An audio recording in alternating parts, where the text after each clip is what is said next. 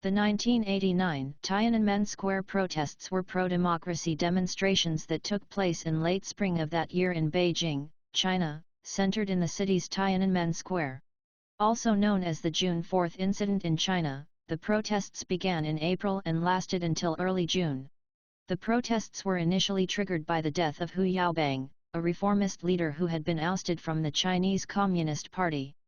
Hu's death became a focal point for discontent with the slow pace of reform, corruption, and the socio-economic issues caused by market liberalization. The protests began as a student-led movement. They initially sought to use Hu's death as a chance for dialogue with the party leadership. However, as the protests grew and spread to other cities, they encompassed a broader cross-section of society and a wide range of issues, including demands for freedom of speech, freedom of the press, and economic reform. The Chinese government declared martial law in late May. The global community watched in shock as troops with rifles and tanks were deployed to quash the protest on June 3 and 4.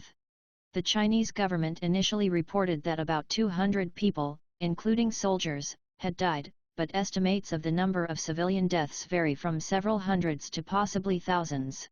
Due to the government's control over media and censorship of the event, exact figures are hard to confirm. In the aftermath of the protests, the government conducted widespread arrests of protesters and their supporters, suppressed other protests around China, expelled foreign journalists, and strictly controlled coverage of the events in the press. The Chinese government officially declared the protests a counter-revolutionary riot, and it has maintained that position since then. Discussion or remembrance of the events remains a politically sensitive topic in China, often subject to censorship. The 1989 Tiananmen Square protests have had a significant impact on Chinese society and continue to affect Sino-Western relations. The Chinese government's response to the protests sparked international condemnation and led to an array of sanctions.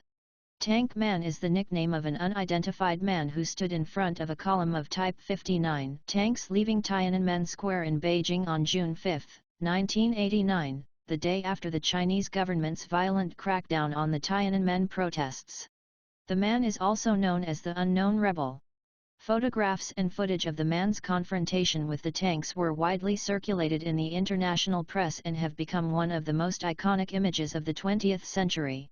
He is seen standing in the middle of the wide boulevard, blocking the path of a column of approaching tanks. As the lead tank maneuvers to pass by the man, he repeatedly steps into the tank's path, in a seeming act of nonviolent action. After a standoff, the man briefly climbs onto the tank and appears to talk to one of the crew before returning to his position in front of the tanks. He was eventually pulled aside by two figures in blue attire. What happened to him afterward remains unknown. This act of defiance was seen as a powerful symbol of protest against a repressive regime.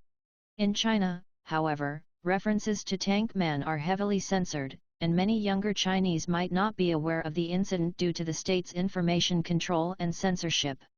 As of my knowledge cut off in September 2021, the identity and fate of Tank Man remain unknown.